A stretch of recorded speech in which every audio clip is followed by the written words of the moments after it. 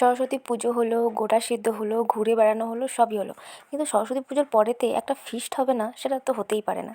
নমস্কার, কেমন আছেন সবাই? গৃহিণীজ ব্লগে আপনাদের সবাইকে স্বাগত জানাই। চলে এলাম আবারও একটা ব্লগ ভিডিও নিয়ে। তো আজকে আমাদের হচ্ছে সরস্বতী পুজো উপলক্ষে ফিস্ট।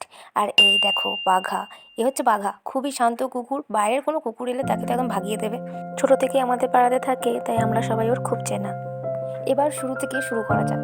এখানে বিকালবেলাতে মা দিদি বসে গেছে পেঁয়াজ আলু এগুলো কাটতে, যেহেতু মাংস হবে তো সেই জন্য চিকেনের জন্য এখানেতে পেঁয়াজ রসুন কাটতে বসে গেছে। আমি বললাম যে ফিস্ট মানে সবাই মিলে কাটাকাটি করবো, এটাই তো মানে আনন্দ লাগে আর কি। মা বললো না, সবাই একটুখানি আনন্দ করতে পারবে, আমরা বরং বসে যখন আছি এগুলো কেটেই রেখে দিই। তো ব্যাস, যেমন বলা তেমন কাজ। সব কিছু এখন রেডি করেই দিয়েছি। আর এইদিকে আমাদের মাংসটা রেডি হয়ে গেছে, আমি একটুখানি নাড়াচাড়া করে দিচ্ছিলাম। আমাদের মেনুতে সেরকম বিশেষ কিছু ছিল না, মাংস, গরম গরম ভাত, মিষ্টি আর পাঁপড়, ব্যাস এই আমাদের মেনুর মধ্যে ছিল। আর হ্যাঁ, আমি কিন্তু শো অফ করার জন্য একটু খুঁজতে নাড়ানাড়ি করছিলাম। আসলে রান্না কিন্তু বড় জায়গায় করেছে সব কিছু। আর মা দিদিরা তো খালি কেটে ওই সব রেডি করে দিয়েছিল, কিন্তু পুরো রান্নাটা ওই দিন জায়াবুই করেছিল। আর আমরা এদিকে আনন্দ করতে ব্যস্ত ছিলাম, সবাই মিলে খুব আনন্দ হয়েছে। দেখো এদিকে চালগুলো ধোয়া হয়ে গেছে আর মাংস রান্নাও হয়ে গেছে। তো এখানেতে ভাত বসিয়ে দিয়েছে, ব্যাস কিছুক্ষণের মধ্যেই সবটা রেডি হয়ে যাবে। ততক্ষণ ঠাকুরটাকে বের করে দিয়েছে সবাই মিলে, কারণ প্রত্যেক বছর ঠাকুর ভাসান করে তারপরে খাওয়া দাওয়া করতে অনেকটা লেট হয়ে যায়। আর এখন প্রায় 9টা এরকম বাজছে। তো এরপরে বরণ করতে করতে সবাই ঠাকুরকে মিষ্টি খাওয়াবে, তারপরে ভাসান হবে, তো অনেকটা লেট হয়ে যাবে। যেহেতু এখনও হালকা শীত আছে আর আমার যেহেতু খোলা মাঠ, তো সেই জন্য মাথায় হিম পড়বে, এই জন্য খুব তাড়াতাড়ি সব কিছু সেরে নিচ্ছিলাম। আর এইদিকে আমাকে চিনতে পারছো, আমি মাথায় উড়ির টুপিটা লাগিয়ে নিয়েছিলাম, কারণ মা প্রচণ্ড চিৎকার করছিল, ঠান্ডা লেগে যাবে ঠান্ডা লেগে যাবে, মাথায় টুপি পর। সেই জন্য আমি উড়ির টুপিটাই মাথায় পরে নিয়েছিলাম। আর মা এদিকে বরণের সমস্ত কিছু রেডি করে নিয়েছে, এখন ঠাকুরের পা ধুয়ে দিচ্ছে, তারপর বরণটা শুরু হবে। আর প্রত্যেক বছর আমার মাই ঠাকুরের বরণটা করে। আমাদের সরস্বতী পুজোতে এত আনন্দ হয় যে বলবার নয়। আমরা বোধহয় দুর্গা পুজোর জন্য এতটা অপেক্ষা করতাম না, বা এতটা এক্সাইটমেন্ট আমাদের মধ্যে থাকতো না যতটা আমাদের সরস্বতী পুজোতে থাকে আর কি। সরস্বতী পুজো নিয়ে আমাদের বহু দিন ধরে কিছু না কিছু প্ল্যানিং হতেই থাকে, মানে সারা বছরটা অপেক্ষা করি যে কবে সরস্বতী পুজোটা হবে। আমাদের এত আনন্দ হয়, আমরা এত পরিমাণে আনন্দ করি। এবছর তো তাও কিছুই নেই, পাড়াটা প্রায় ফাঁকা ফাঁকা। অনেকের বিয়ে হয়ে গেছে, কেউ কেউ আবার চাকরির জন্য বাইরেতে চলে গেছে, তাই জমজমাটটা একটুখানি কমই আছে। আবার একটা বছরের জন্য অপেক্ষা করতে হবে। আচ্ছা বলুন তো, আমাদের সরস্বতী মা কীরকম লাগছে আপনাদের? এবছর তো ট্রেন্ডিং চলছে যে কিউট সরস্বতী, আমাদের বেশ ভালো লেগেছে। আর যারা যারা আমাদের প্যান্ডেল দেখতে এসেছে, ঠাকুর দেখতে এসেছে, তারা সবাই বলেছে তাদের ভালো লেগেছে। আচ্ছা দেখুন, এই যে আমরা ঘুরছি, এটাকে কি বলে আমি ঠিক জানি না, তবে 7বার মানে মাকে পরিক্রম করতে হয়, এটা নিয়ম আর কি। তো সেই জন্য যারা যাদের বিয়ে হয়ে গেছে তাদের ছাড়া দিয়ে 7বার পরিক্রম করতে হয়। তো আমরাও সেরকম শুরু করে দিয়েছিলাম। আচ্ছা এরকম নিয়ম আছে আপনাদের ওখানেতে? আমাদের হুগলিতে কিন্তু এই নিয়মটা আছে, বেশ ভালো লাগে। এবছর যেহেতু আমি বিবাহিত, কিন্তু এর আগে যখন আমি আইবুড়ো ছিলাম তখনও আমি মায়েদের সাথে ঢুকে পড়তাম এরকম গোল গোল হয়ে ঘোরার জন্য। আমার বেশ ভালো লাগতো, খুব মজা লাগতো।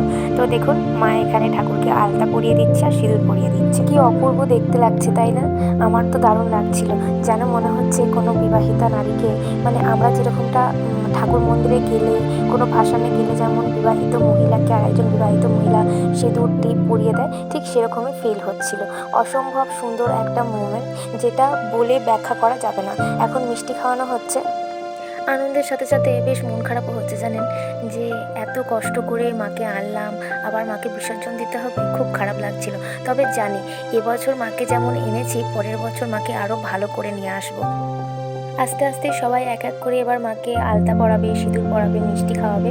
তো ততক্ষণ আমরা এদিকে একটু ঢং করে ভিডিও নিচ্ছিলাম, যদিও বা কালো কালো আসছিল, তবুও যাই হোক আমরা একটুখানি ভিডিও নিচ্ছিলাম, ঢং করছিলাম অ্যাকচুয়ালি। আর এইদিকে মা ঠাকুরের কানে কানে বলছে, আর এক মা আর এক মায়ের কানে কানে বলছে। তো আমি এই জন্য একটুখানি মজাও করছিলাম যে এবারে মা এত লম্বা হয়ে গেছে, কান পর্যন্ত মুখ যাচ্ছে না, যে কানে কানে বলবে কান পর্যন্ত মুখটা যাচ্ছে না। তো যেহেতু বিয়ের আগে থেকেই আমরা সরস্বতী পুজোতে অনেক আনন্দ করেছি, কারণ আমি আগের ব্লগে বলেইছি যে আমরা অনেক ছোটোবেলা থেকে মা সরস্বতীকে নিয়ে আসি, মা সরস্বতীর পুজো করি। তো সেই জন্য এখনও পর্যন্ত বিয়ে হওয়ার পরেও শ্বশুরবাড়িতে আমার এই সরস্বতী পুজোর সময় একদম মন টেকে না। আমি কি করি, বাড়ি চলে আসি সরস্বতী পুজোতে, এবছর যদিও ঘুরতে যাওয়া হয়নি, অন্য বছর মায়ের হাতে খিচুড়ি খেয়ে ঠাকুর পুজো হয়ে গেলে আমরা বান্ধবীরা মানে আমার স্কুল ফ্রেন্ড কলেজ ফ্রেন্ডদেরকে ফোন করে যোগাযোগ করে আমরা সবাই ঠাকুর দেখতে বেরিয়ে যেতাম। কিন্তু এবারে এত লেটে পুজো হয়েছিল, এবারে কোনো কিছু সম্ভব হয়নি। তো দেখো আমি এখানে ঠাকুরকে সিঁদুর পরিয়ে দিচ্ছি আর একটু মিষ্টিও খাইয়ে দেবো এবার। কিন্তু আমার আর মাকে কানে কানে গল্প করা হলো না, কারণ এত তাড়াহুড়ো লাগিয়ে দিয়েছিল সবাই মিলে যে অনেক লেট হয়ে যাচ্ছে, ঠাকুরটাকে বিসর্জন দিতে হবে। সবাই তাড়াতাড়ি করতে শুরু করলো, মায়ের কানে কানে কিছু কথা বলাই হলো না, প্রণাম করে চলে এলাম।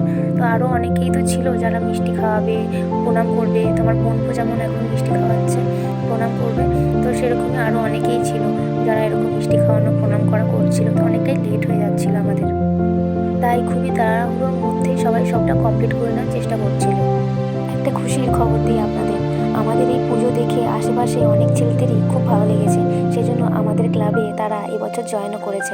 দেখতেই পাচ্ছেন ঠাকুর নামানোর সময়তে মানে যখন আমরা ঠাকুর প্যান্ডেলে ঢোকাচ্ছিলাম, আমার আগের ব্লগে দেখে থাকলে হয়তো বুঝতে পারবেন, তখন ঠাকুর নামাতে খুব প্রবলেম হয়েছিল, কারণ অল্প সংখ্যক সবাই ছিল।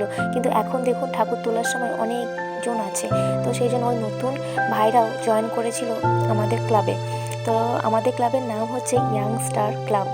তো একটা জিনিস ভেবে খুব ভালো লাগছে, আগে যেই পুজোটা আমরা গোনাগুনতি 4-5 জন মিলে করতাম, সেটা এখন 12-13 জনেতে পূর্ণ হয়েছে। তো খুবই ভালো লাগছিল। আর এইদিকে আমাদের ঠাকুর নিয়ে চলে আসা হয়েছে পুকুরের ধারে। মাকে এবার বিদায় বলার পালা। খুব আনন্দ করলাম, খুব মজা করলাম, এই সময়টা চোখে জল এসে যাওয়ার মতো। তো আবার একটা বছর অপেক্ষা করব আমরা মায়ের জন্য। সবাইকে ভালো রেখো মা, তুমি নিজেও খুব ভালো থেকো। আসছে বছর আবার এসো নতুন রূপে, নতুনভাবে। ঠাকুর বিসর্জন দিয়ে আসার পরে আমরা কজন একটু ডান্স করছিলাম, কারণ মনটা খুবই খারাপ লাগছিল, তাই বললাম শেষে একটুখানি নাচা খুব প্রয়োজন, যেটা আমরা প্রত্যেক বছর করি, শুরু থেকে করি। এবারে আমরা একটু শেষেতেই শুরু করেছিলাম আর অল্প কজনই ছিলাম, আর অন্যবারের মতো সেরকম জমজমাট কোনো কিছুই তো ছিল না, আমি আগেই বললাম। তো যাই হোক, আমাদের এই ডান্স আপনাদের কীরকম লাগলো অবশ্যই জানাবেন, আর পুরো ব্লগটা আপনাদের কীরকম লাগলো অবশ্যই জানাবেন। সবাই ভালো থাকবেন, সুস্থ থাকবেন, এবং আমার ব্লগ আপনাদের কীরকম লাগলো সবাই কমেন্টে জানাবেন। আমার চ্যানেলটিকে সাবস্ক্রাইব করে পাশে থাকবেন। সবাইকে ধন্যবাদ।